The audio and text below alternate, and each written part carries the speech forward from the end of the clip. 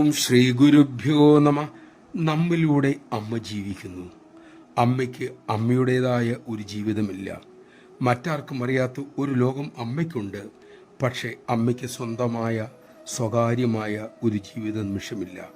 കാരണം 24 മണിക്കൂറും അമ്മ മക്കൾക്കിടയിലാണ്.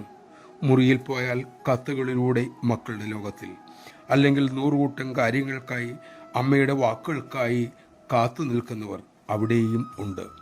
വിശ്രമമില്ലാത്ത, തളരുന്ന, ക്ഷീണിക്കുന്ന അമ്മയുടെ ശരീരം മക്കളിൽ ചിലർക്ക് നൊമ്പരമുണ്ടാക്കി. അവസരം കിട്ടുമ്പോഴൊക്കെ അവർ അമ്മയുടെ പ്രാർത്ഥനാപൂർവം അക്കാര്യം പറഞ്ഞു. വിശ്രമത്തിൻ്റെ കാര്യം ഓർമ്മിപ്പിച്ചു. അമ്മ പ്രേമപൂർവം മൃദുവായി പറഞ്ഞു, മക്കളെ, അമ്മ എന്നേ അമ്മയെ ലോകത്തിന് കാണിക്കയായി സമർപ്പിച്ചു കഴിഞ്ഞു.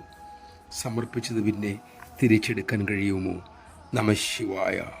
എന്ത് വാക്കുകളിലൂടെ ഈ കാരുണ്യമൂർത്തിയെ നമുക്ക് വിവരിക്കാനാകും?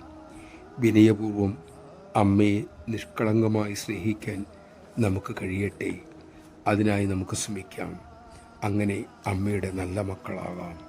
അമ്മയ്ക്ക് സന്തോഷം പകരാം.